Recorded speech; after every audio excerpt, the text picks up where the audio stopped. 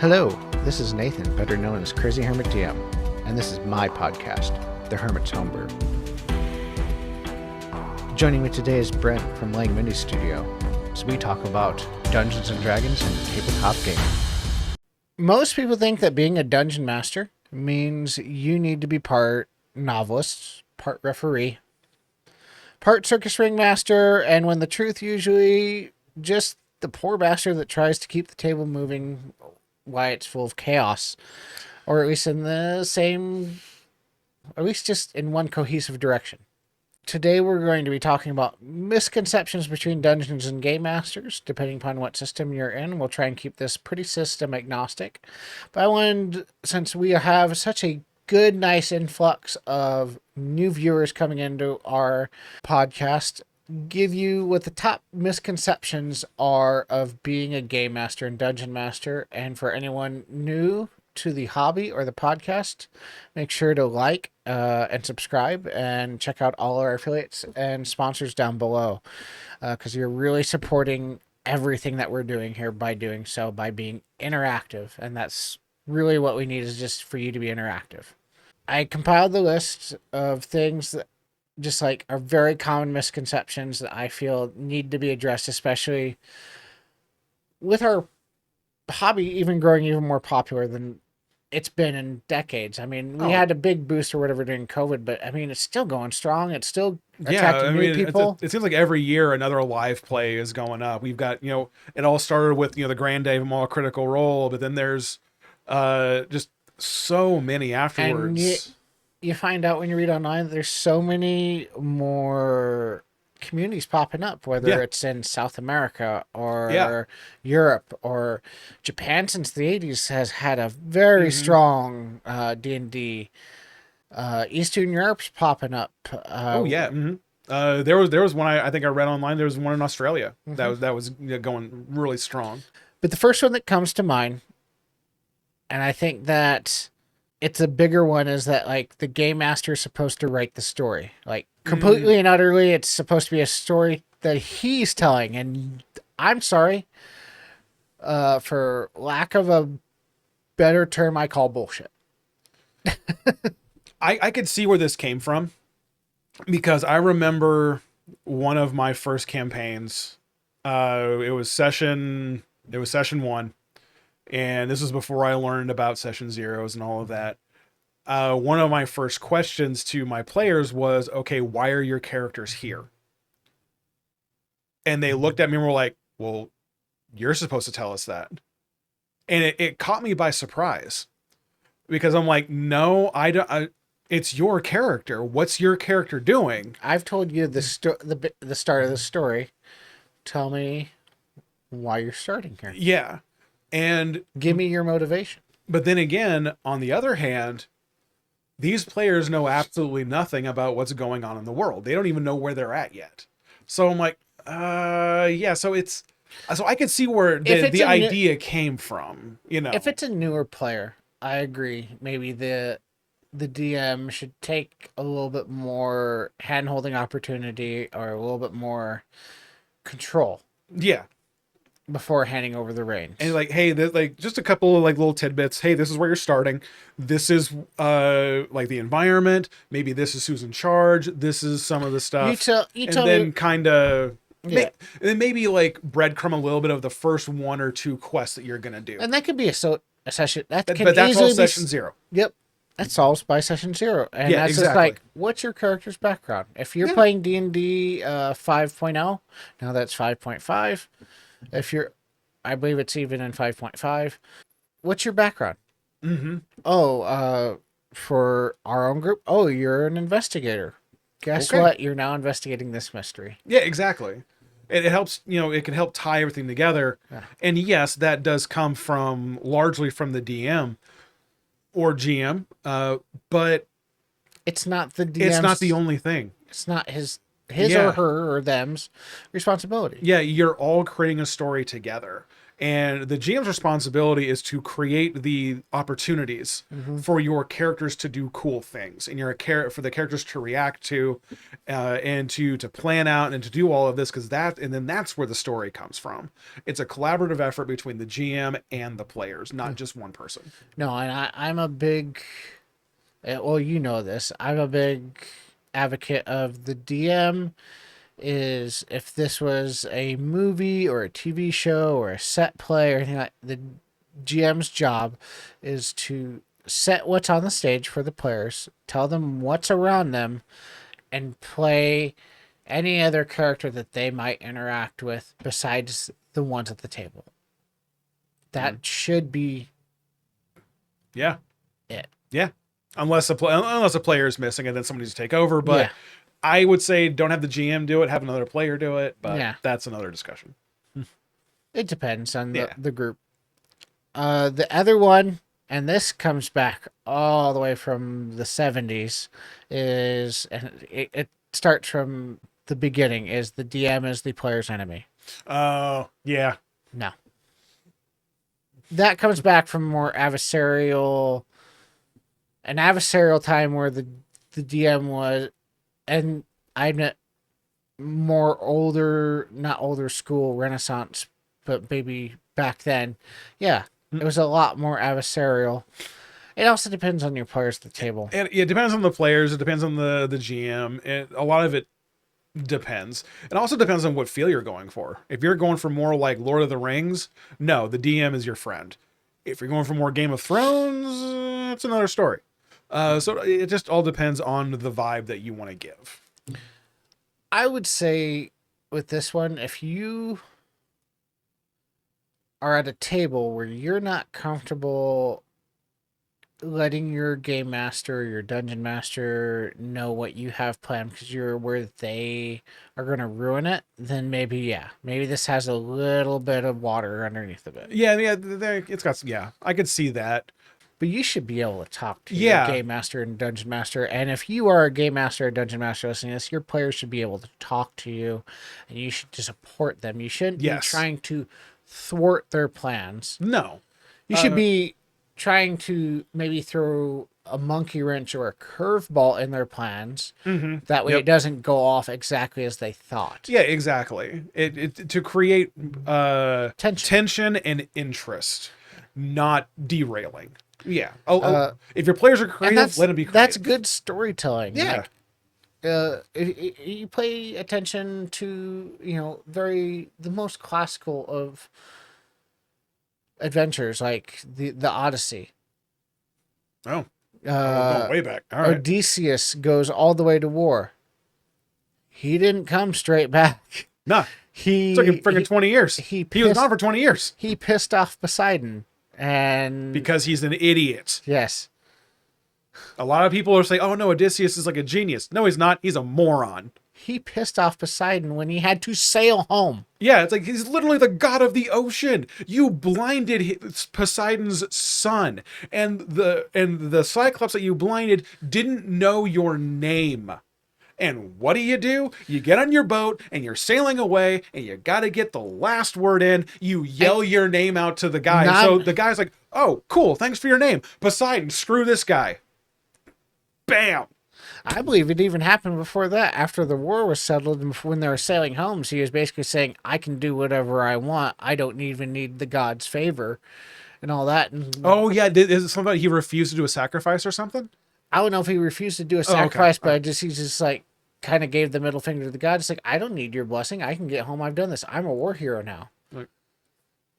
He got too full of himself. But then at the same time, one of the things that he does on the way home is he runs into that Cyclops, which happens to be Poseidon's son. Poseidon's son. His literal biological child. Guy's I think idiot. And he got his entire crew killed. Yeah. He's an idiot. And then I think he ended up getting favor with like the god of the wind or whatever, and that helped him a little bit. Somehow he got a bag. Yeah, that had 3 of the 4 winds in it. Yeah. And so, he got favorable wind, and he still screwed it up. Going off that, anyway, going off the most classical of tales. Yes, that proves that you shouldn't be fighting your players. You shouldn't be their enemy. You should just be making things not go as they expected, because that's good storytelling. Yeah, exactly. Watch any mystery. Yeah. If you watch, any episode or beginning half hour of any sort of documentary, true crime thing, mystery, Agatha Christie, whatever you want to come up here, Murder, it's She Wrote. never usually the person you most likely suspect. Yeah. The adventure should never go as expected. Mm-hmm. Yep. And often, usually through own player choices, it never does. Yes, it never does. Usually in a comedic way. The DM is responsible for 80 to 90% of whether the game is good. No, at most 50. At most. I'd go It's even probably more. a I'd little go less even than more. that. I'd say it's the DM or the GM's responsibility. Let's say you have 3 players and the DM. So there's 25% each. I'd give maybe 30% to the DM and slice off the remaining bit to the players. Maybe give him or her or they a little bit more responsibility just because they're running the story. Yeah. But no. Because you could have one of the best. You could have, I don't care if it's Matt Mercer sitting down in front of you. If you've got a table of players that don't engage, that don't interact, that are more concerned about what's going on their phone or on the laptop or whatever, if they're so concerned with other stuff, you're not going to have a good session. No. That's why I say at most it's 50-50, and that's only looking at DM versus players. But I agree with you. It's probably more on the lines of like 30. Yeah. Yeah. It depends how many people you have. If you have 5 players, then that's 20% each, maybe 30% to the DM, and then the remaining gets divvied up among the players. Now, granted, if you have a DM that doesn't know what they're doing, that doesn't have anything prepped, that maybe they're phoning it in, yeah, it's going to be kind of hard. But it depends how experienced they are with that. True. I could probably, not to brag, after 17 years of playing, I could probably show up to a session. I know kind of what I want to happen. Yeah. And I could wing it. Yeah, like you get in your car and you're driving to the session, or in your case, you're getting the room ready for the players to show up. You could just sit there with it, kicking around the back of your mind. Okay, we're doing this. What can I do with that? Yeah, I can try that. We'll see how it goes. Or it's like, you know what? I had a really hard week. Mm-hmm. Work sucked. Fought with girlfriend, boyfriend, whatever. Kid was sick. 3 days out of the 5 this week. Blew 2 tires on the way home, and I only got 1 spare. Yeah. Man, ran into the mailbox on the way home because that other tire just scraped all the way. Yeah, no. No, this totally didn't happen at any point in time. Yes. But at the same time, you know what? This session this week, I know we're on the main plot, but it's going to be a total side quest. It's going to, we're going off the rails. I'm going to throw something fun. I'm going to throw a loot goblin in, and I'm going to see what people do with it. Oh, guess what? You guys are camping, and these hobgoblins come through. This is just going to be a giant combat session. I don't have anything planned, but I can run off mechanics. You know what? You guys are camping. Fire wasps come in and steal the bard. Oh my god. For the next one, as a guy that's been playing 20 years, you have technically more experience than me. Percentage-wise. Okay. Give me a ballpark. How much, what percentage of the DM's guide have you read?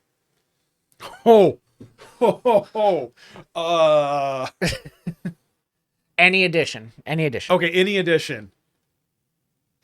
Giving yourself 30% of it. Because the next misconception is you need to know every rule before you dungeon master or game master. Here's what I read in the Dungeon Master's Guide. Magic items. That's it. That's it. Magic items.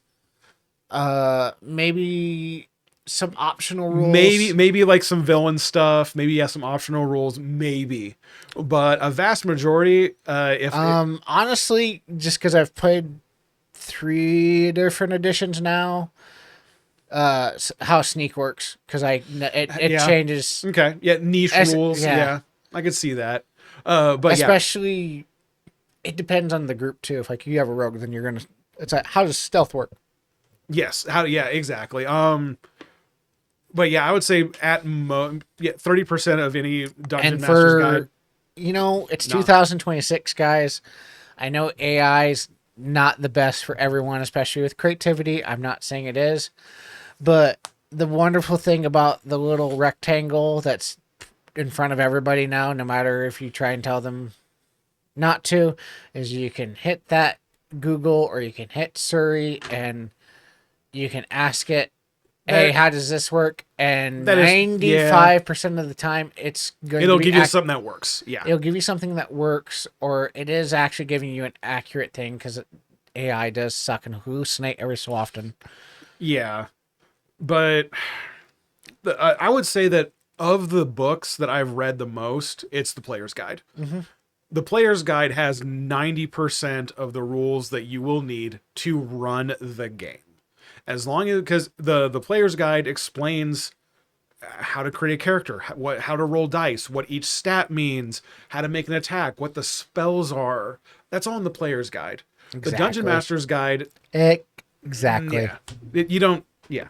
Player's Guide. So that's why I like stuff like Shadow Dark. This is what you need. Or our other little, I believe, Northern European, I believe it's Morkborg. Swedish, Morkborg. That's the only. This is what you need. That's it. And it's $50-$60, which is the price of one of the books with D&D. Yeah, and that's the whole thing. And for anyone that's like getting into tabletop gaming, and since you are brand new viewers listening to this channel, D&D is actually one of the crunchier tabletop gaming games. Yes, it is.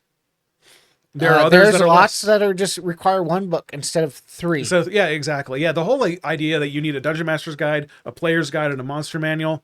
Nah, you don't. No. It's all good. There's so many other systems out there that you can play. I'm not advocating that to play D&D.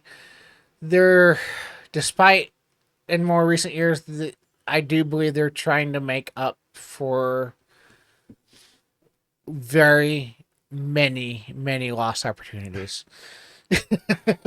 Yeah. I believe they're trying to make right.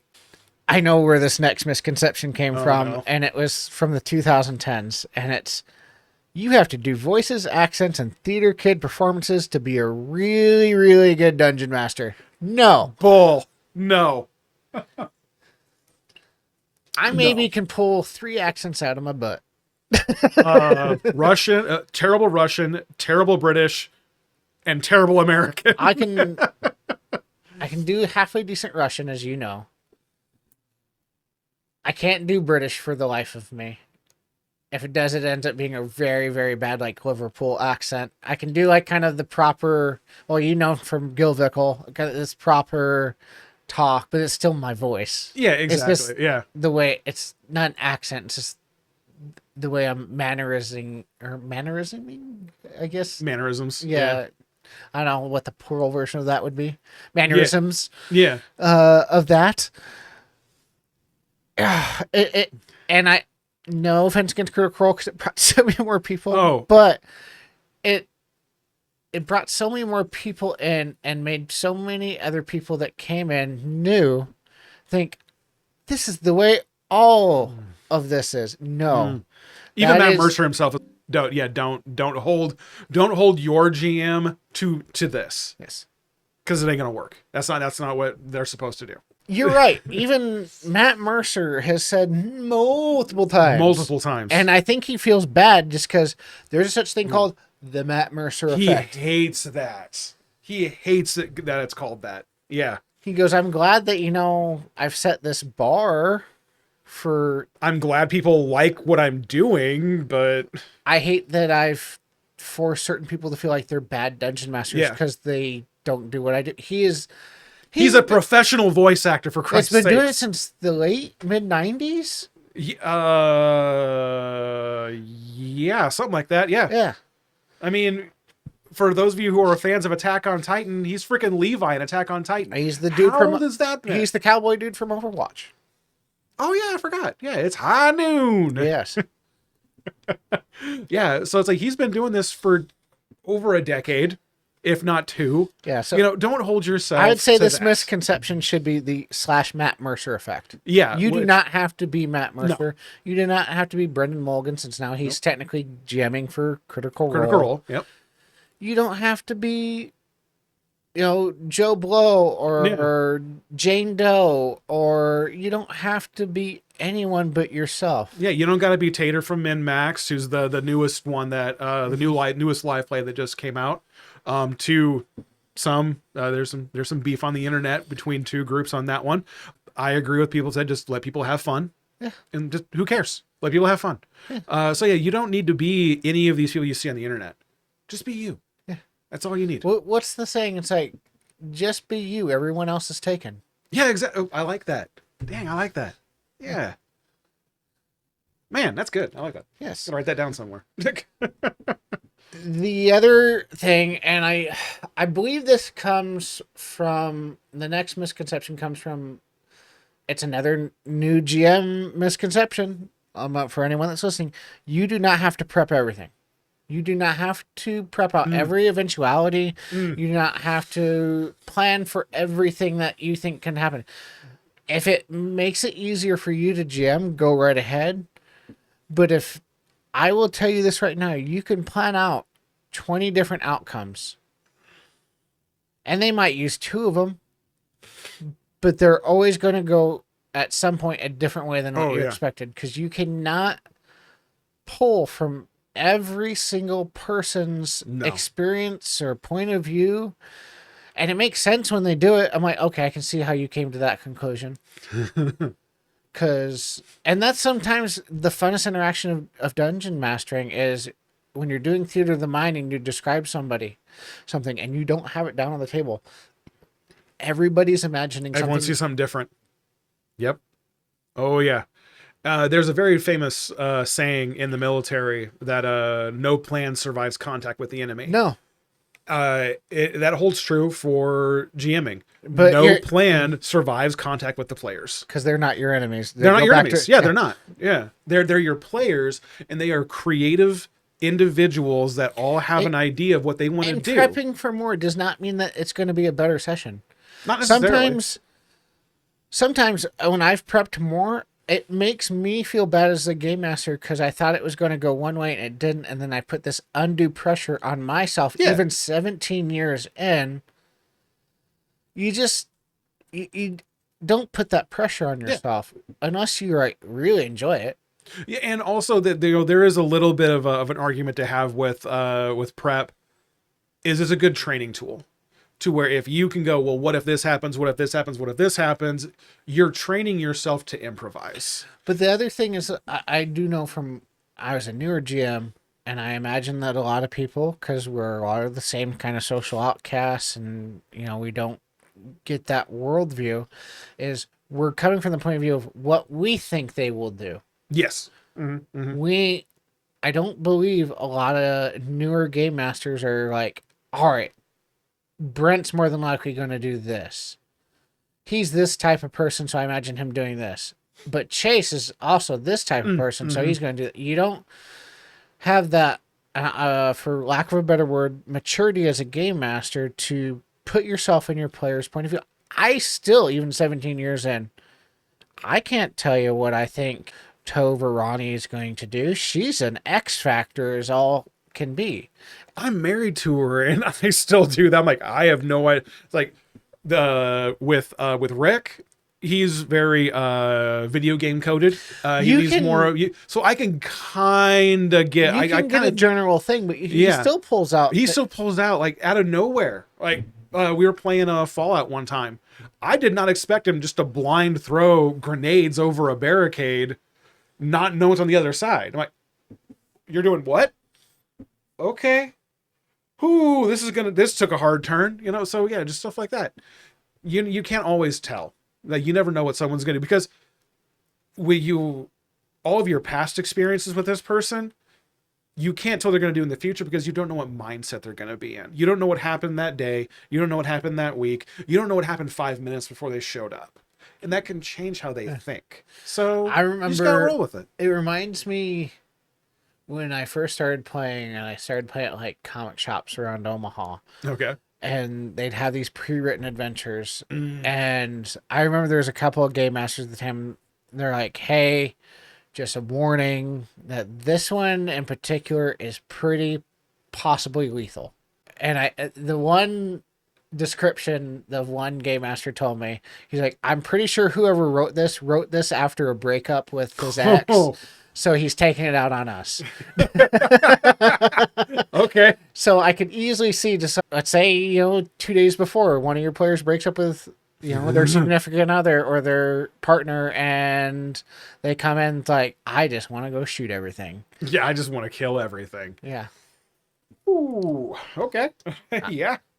Maybe not on the fellow players, but on Whatever I see in front of me, it's dead. Yeah. This isn't a sniper rifle session. This is a flamethrower session. I don't know where this one came from, but I read it online and I just started laughing. It's like, GM should never improvise. That is the Dungeon Master's the greatest tool. That is the thing. That is the dumbest thing I've heard. No, which is not true. In fact, adaptability and improvisation is like your greatest tool. That is the thing you should be striving to work at first.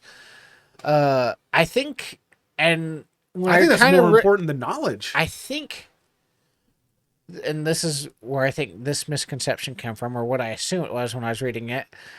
I think it came from the days of third and early fourth, where you had all those written modules that told you where to go and not improvise. That's the only place I could assume where it comes from my experience of like. That's not my play style, but I could definitely see with like organized play or Adventurers League stuff. When you kinda. Thank God they've gotten away from it, especially like in the newer modules. That because I do read like the newer Adventures League stuff, but like that older stuff, they had those linchpin NPCs that if anything happened to them, it that just guy unraveled everything. Unless it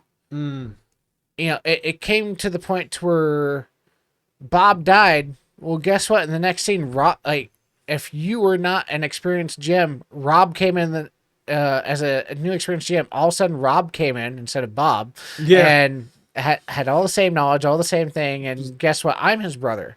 Yeah. And exactly. I know everything my brother knows. And it was such a cheesy gimmick, but that's the only way I handled it in my lack of experience in the early days. Yeah. It's like, oh, Bob died? Well, guess what? Rob comes in, knows everything Bob did. But the thing is, that can work if you play it right. Yeah. And the thing is, your players don't gotta know. Just shut up. It's like, oh, if it was supposed to be the barkeep that did this, maybe it's the shopkeeper, maybe it's the blacksmith, maybe it's the town guard. Anyone, you just go, oh, I have to pivot because you weren't supposed to kill that guy, idiots. Anyway. I love my players. This episode's been brought to you by, so every GM here starts small from the experts when building a campaign, right? A tavern, a village, a few NPCs. But what if your players want something more without feeling overwhelmed? That's where Centurion 3D steps in. Their set brings over 30 build-out options, infinite ways to grow your world, infinite ways to grow your table. Centurion 3D Studios is for game masters who want to stay small but go big for their players. Alright, fellow hermits, Heimdall has just dropped their new dice line, and they come in a unique LED display box that makes them look like they're pulled straight out of a mythical ancient Viking vault. And the dice themselves, they're runic. Full Thark-inspired font on the faces, but the wild part is they've got this iridescent finish that literally changes when the light hits them. It's like your dice are actually filled with magic. If you want to show off the dice in a totally new way, grab one of these 5 sets, if not all of them. There's something out of the 9 realms themselves. I don't get where that misconception came from, other than just from that possibility. Yeah, I could see try that. and understand it. But not improvising, that's terrible. That's terrible, right? That's a bedrock tool. Yeah, that's terrible. And that is something that doesn't come to a new game master or dungeon master. That is something that has to be learned. That, yeah. Man. Yeah, yeah. Out of all of them, don't listen to that one, please. The other one that I didn't understand as well when I was reading through these forums and trying to understand it was giving the players complete agency over the story makes the game stronger. Complete agency? Yeah, like letting like pure sandbox. Like you don't come in with Oh, anything. okay. Like you should just let the players do whatever they want. I've tried that. That is very hard. That is speaking from experience. You've got to have a good DM and you've got to have some good players that are all on the same page mentally. Otherwise, it's gonna be like herding cats. Yeah. Even it's gonna be like herding cats high on catnip and fentanyl. Oh my god. Because It's also vice versa of like you can't take away player agency just to make the story better. No, yeah, don't do that. You have to find like this middle ground. You've got to give the players direction, though. I recommend as a game master at least having some sort of framework. Like don't walk into that session one just like and scene. Yeah, exactly. And like, all right, you're playing these guys. Go. Well, what are we doing? What's our motivation? What anything we're doing? What's the plot hook? Yeah, what's the hook? Or are we just sitting around in a tavern? Yeah, because and then you're just like, you tell me. Like, no. That's You've got to give your players something to latch onto, even if it has nothing to do with like the main story that's gonna happen. You've got to give them something that gets them out of the door, so to speak. Mm-hmm. You've got to get them going. Why? Like if you gave Bilbo Baggins complete agency, he would never left Hobbiton. Never have left Hobbiton. Never. And Thorin Oakenshield never would have gotten to Erebor. The Arkenstone never would have been found. Granted, the Lake Town wouldn't have been destroyed by smog. But you know that Bard wouldn't have killed Smog. Spoilers for a 60-year-old book. Yeah, exactly. And then you wouldn't have had Lord of the Rings. I mean, come on. Like the little note. It just usually does the opposite. When I wrote this, like you have like force captures and winnable fights, stripped abilities, and so you only push it to like what you think is the valid path, as well as if you're taking away agency, or if you're giving them complete agency, where it's go wherever you want. It's like you have to have like draw out the sandbox for them a little bit, just for them to play in the sandbox. Yeah, exactly. Are we in a forest? Are we in the desert? Are we on a boat in the middle of the ocean? That's actually a really good quote. You have to give them. You've got to give them a sandbox so they can play in it. Yeah. Yeah. No, I like that. That's a really good analogy because like you just can't hand them a blank piece of paper and just like go. Yeah, it's you can, but I mean. You have to have really good players. It's you got to have really good players, and if you but even then, those experienced players have certain expectations, certain experiences, so they will expect you to open the door for them into this world. You have to show them, especially if it's a homebrew world. Especially if it's homebrew, because they literally have no. Imagine if I had just told Vicky, who she had a little bit more fantasy experience. I found out. Going down the line than what was led on to us, but okay, cool. She walked into this world blind, not knowing anything. Yeah, exactly. Yeah. So yeah, complete agency. I like play agency, but you've got to DM's got to get some agency in there. You got to get some line a line in there between these two extremes of because it's kind of an extreme. And some days it'll skew more one way or the other to where maybe you are going to railroad a little bit. The other days you're not. But the ultimate trick as a good dungeon master, and I've said it multiple times in this podcast. Yes, sometimes you'll get railroading, sometimes you won't. The trick is if you have a story in mind and you want them to go one way, they're going to go the opposite. They're always going to go a different way, even if it's not the opposite. The trick is if they're going this way is to figure out how to loop them back on your main story. But you've got to loop them. You can't block them. You can't grab and pull them back. You can't grab and pull them back. it's like sheep herding. Oh yeah. You got to bring the sheep back with the herd. You just can't pull the sheep and just drag them back into the Because then they're herd. gonna fight you. Yeah. Yeah. No. Yeah. And that's just more effort. Yeah. Exactly. Yeah. And sometimes the best stories come from the most unexpected events. Absolutely. Absolutely. Have fun with it. This is a very old misconception, and it's one that came in, and I've heard from a couple of people when I first started playing. I think a lot of these are older misconceptions. Okay. It's the GM's job to entertain everyone else Oh. and possibly not even have fun for themselves. It comes to the very generic saying, if you try and make everyone happy, you're not going to make anyone happy because you can't please everyone. Yeah, you can please all of the people some of the time, some of the people all the time, but you can't please all the people all the time. I guarantee you, and we're using our own group names as an example. It was like, Chase is going to have an A+ session if this happens, but Tove/Ronnie, who's a player, and your wife, it might be a C- or whatever because something that she didn't really like happened that Chase loved. Yeah, exactly. But that shifts from session to session. The next session, Tove/Ronnie could have a A+ session or a great session, but Chase could be very bored because this didn't happen this session. And yeah, exactly. You try and cycle that around a little bit. Yeah, and that's that's the only thing you can do as a GM is you've got generally 3 types of encounters: combat, role play, and then like traps or puzzles and exploration. Yeah, and so try to sprinkle those in.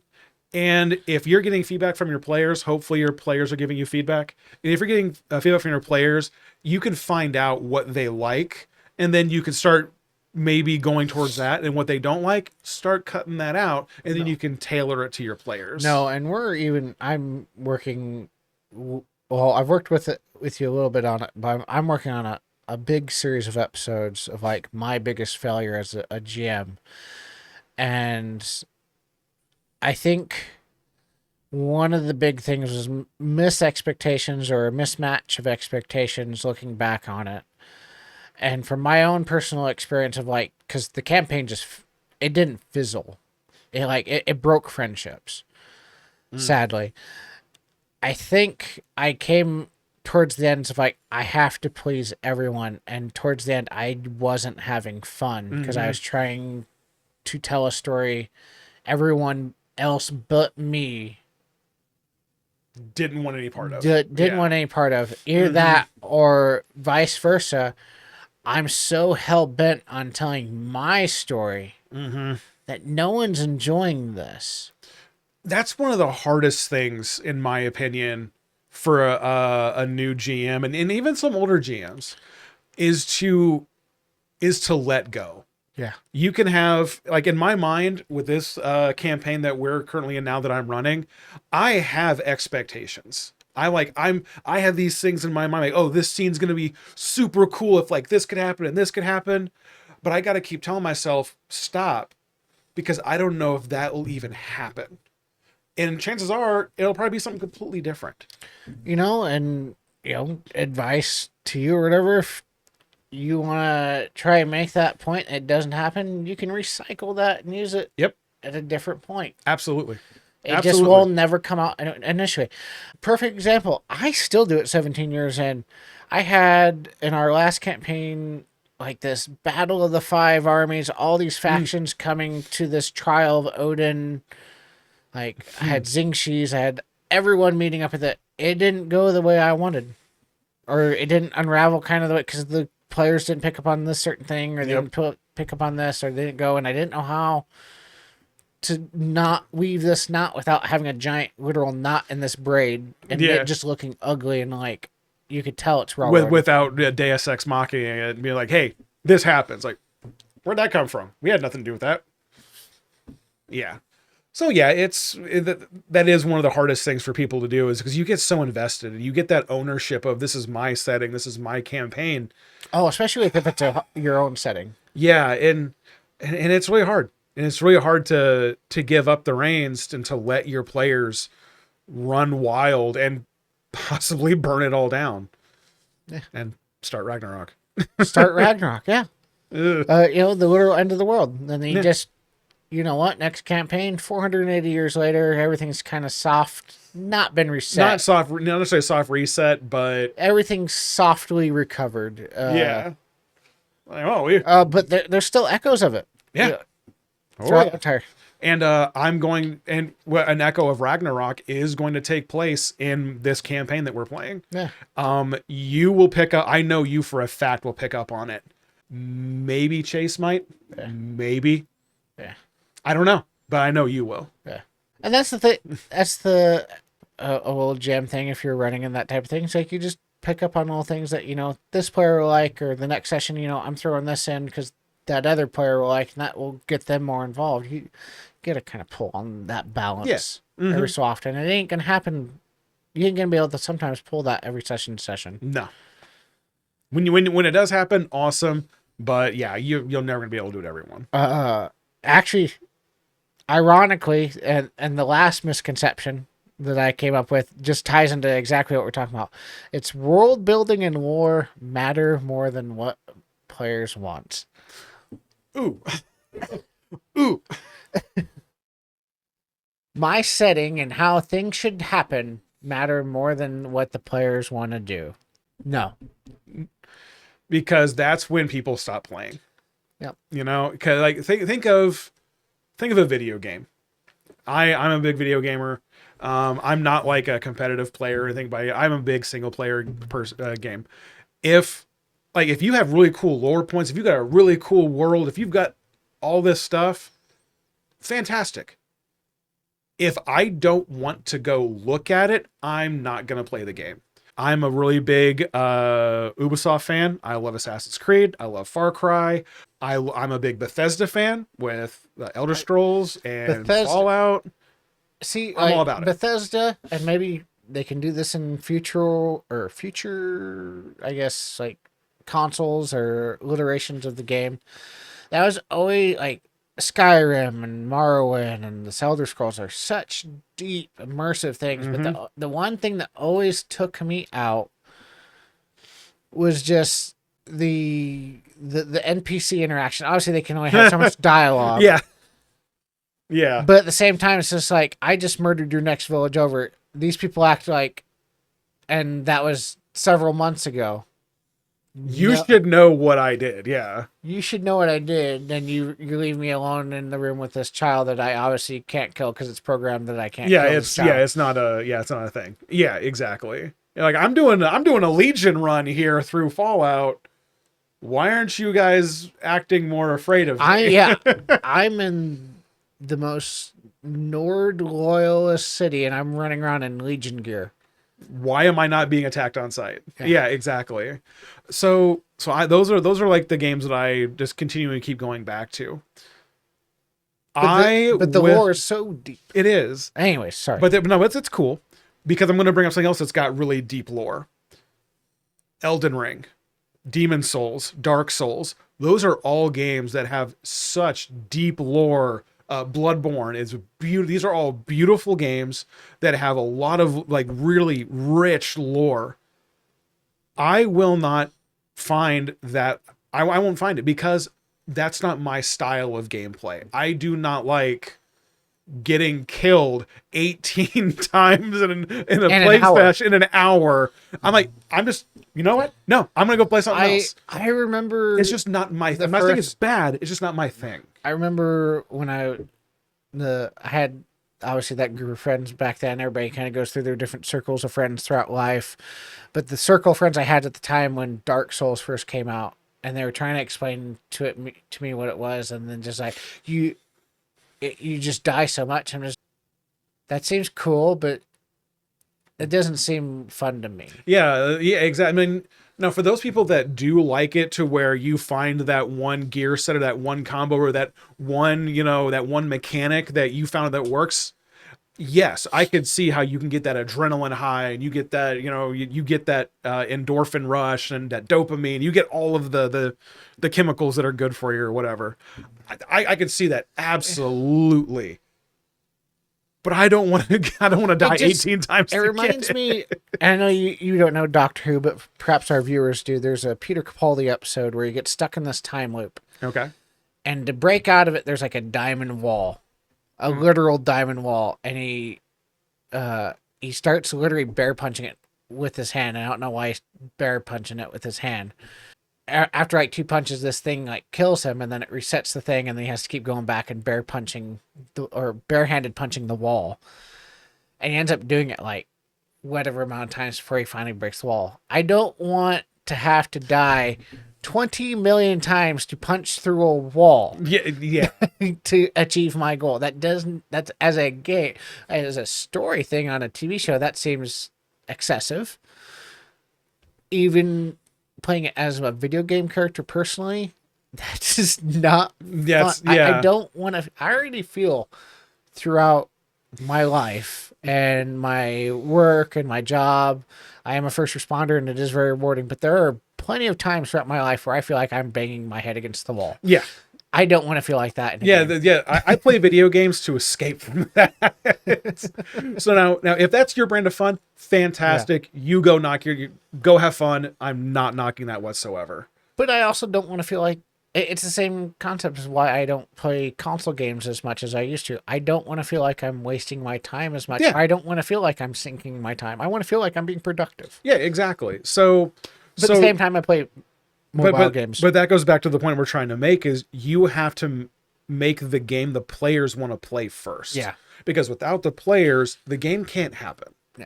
So make the game the players want to play, and then everything else can come in afterwards. You know, personal story and anecdote for anyone that's watching and new to the podcast. Our homebrew setting, first campaign we played together. And then Brent had joined. It was supposed to be a cross-country track going across, and it was very Land of the Lost, Quantum Leap type thing. And the hook to this was you've been thrown inside your character's bodies, or at least the essence of you has been. So you're kind of sharing this twin thing of like 2 souls, 1 body. 2 souls, 1 body. That was the hook. For anyone that's read the book series Guardians of the Flame, I straight ripped off that plot because they get thrown into their D&D character.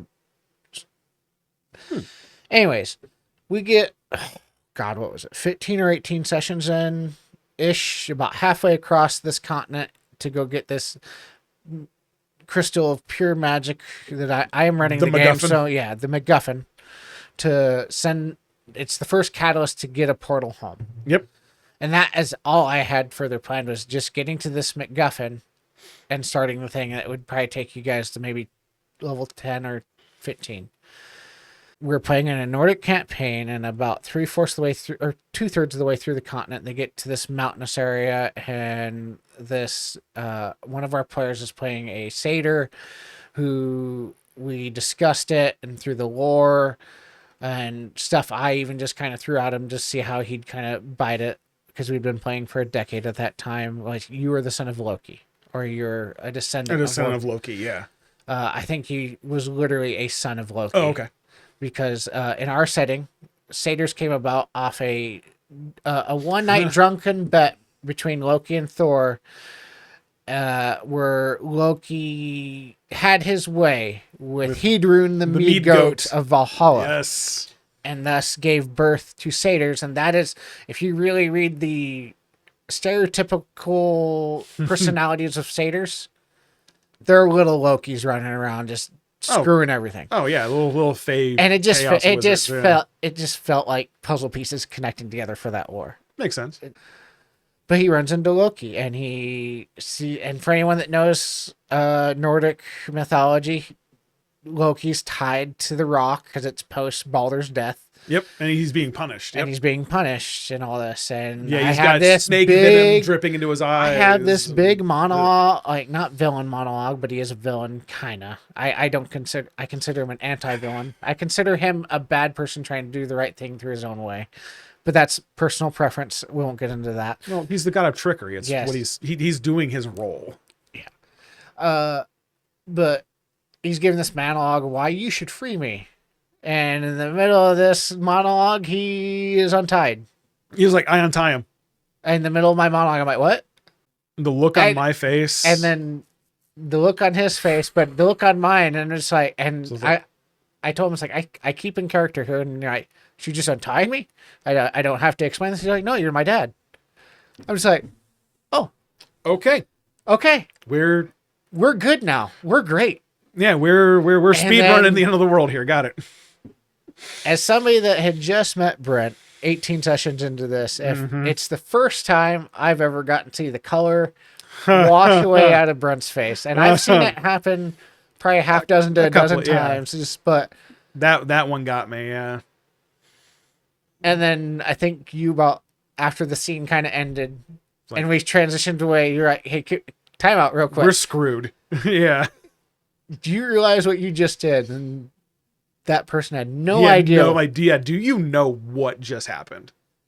It's like that's the catalyst of like this Ragnarok. Literally This is the start of the apocalypse. This is like step 2 of Ragnarok. Step 1 is Baldur's death, essentially. And then Loki getting free because now he's going anyway. But yeah, like this is how Ragnarok starts. This is the end of the world. He goes, well, he gave that as an option. I'm like, yeah, but I didn't expect you to take it. And that was a mistake right there. If you lay out an option that could lead to catastrophic events and you think your player's not going to take it. Chances are it will happen. It will happen. Chances are. And tying back to this original point of world building and lore matter more than what the players want. Imagine in that point where he had set Loki free and that scene ended, I'm like, hey, sorry, we're done. We're retconning this. It would have took the fun out of the entire campaign. Yeah, exactly. Because he, as a player, just threw a giant curveball monkey wrench into all the massive plans. Jeez. And shaped the rest of the campaign. But if I, as a DM, and just said, like, no, and it's like, why did you leave that as an option? Like, as a player, why did you leave that as an option then? Because I didn't think he'd take it. It was just supposed to be. It's like, well, don't even include that scene then if you don't want that to happen as a possibility. Yeah, exactly. Don't even make it a thing. Yeah. Oh. And that is a recommendation. It's like, if you don't want things to happen, don't leave them up as options of possibilities. Don't even bring it up. I will admit that is sometimes hard to do, especially in TTRPGs, because there's going to be plenty of things that you don't expect to happen. Mm-hmm. Oh yes. You know, when you read the lore of like what happens when you stuff a bag of holding in a bag of holding. Oh my gosh! Have you seen the plans for the arrow? The arrow? Yes. Yeah, it's amazing. Yeah, it's like this is just like it's a nuke. Yeah, essentially. That was around when I first started. Yeah, you for those of you who don't know, if you take an X-dimensional space and put it inside another X-dimensional space, it explodes. Rules as written. Rules as written. It detonates. Causes like 10d6 force damage or something. No, it's something bigger than that. But it huge. also like causes. I believe like it causes like an implosion. Yeah, it's like a black hole, and it's force damage and like all sorts of stuff. It's bad. Yeah, it's a small localized A-bomb going off. It's not good. Not good. I had a or player it could be good. You don't know. And that happens when you put it doesn't even like bag of holding. It's when you put an extra dimensional space inside an extra dimensional space because they cannot concede in the same spot. Yeah, so it's a bag of holding. It's a handy haversack. There's a chest of holding or something like that from like 3rd edition. I've had a player do it back in 4th edition. This is the only reason why I know the ruling so well. Yeah, there's portable holes. And they ended up killing two. Or yeah, well, you come back right away in 4th edition. There's no fear of death in that edition. Yeah. But yeah, he ended up killing 2 players. It was just so ridiculous. Yeah, so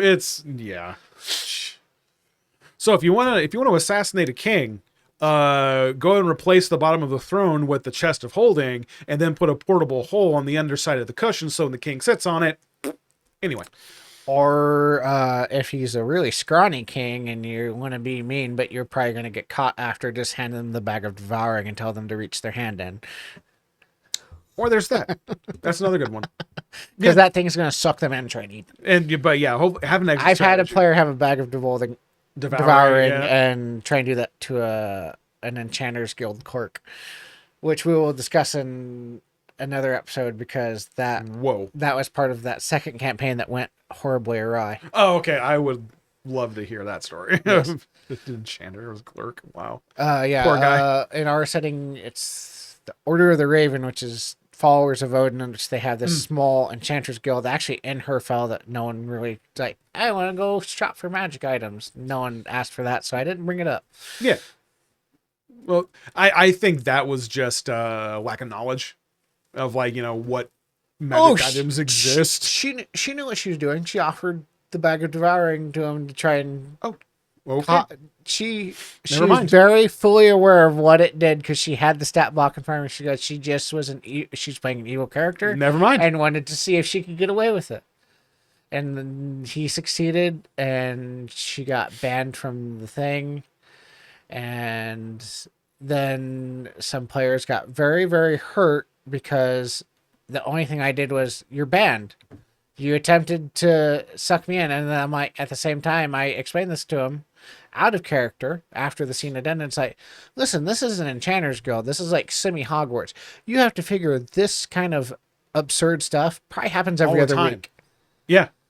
But these are the same people that got very hurt because they destroyed a temple of several gods and then had a Hound of Ill Omen come after them because they pissed off a god. That happens. Yes. Yeah. You're being Okay. held accountable. Yeah. And it does kind of boggle my mind how, I mean, I get it's like a power fantasy and it's and all that kind of fun stuff, but consequences exist. Mm-hmm. And if you want to play a game that doesn't have any consequences, just go play a video game. Hot take, I know, I'm sorry, but if you play in a game that I'm running, expect there to be consequences for you doing stupid things. Exactly. I expect if in our next session when we have this thing, if we go really stupid with it, it's going to go really badly. What the battle that you're walking into? Yeah. Oh. Yeah, I expect that if we got real stupid, it just all these arrows basically, or if dice rolls go real bad, it's like this is gonna go bad. Yeah, this is probably the first major battle that actually could kill somebody. And if it kills me, it kills me. I'm at the point of like playing, and it's like I welcome the fear of death. Yeah, like people, If multiple people don't go to 0 hit points, I will be kind of disappointed. But that just means that you guys rolled really good. So we'll see. We'll see what the dice have to say. And with that, we're going to go ahead and call it for this episode. As I said, if you're checking us out for the first time and you've made it to this point of the episode, please like, comment, subscribe if you're not subscribing already. And check out our lovely sponsors and affiliates and use those codes and support this podcast and support them. They're all small creators. They're all, most of them are family-owned businesses, actually. I know really tight-knit community. Yes, a very tight-knit community that a lot of us talk with in one form or another, either weekly or bi-weekly, just because we are very communicative and all this. Yeah, community-oriented. Yeah, absolutely. But thank you for watching. Hey, tabletop gamers. Thank you for watching this episode of the Hermit's Homebrew. We come out with new episodes every Wednesday. Remember to like, subscribe, and share with your friends as we continue to level up and grow.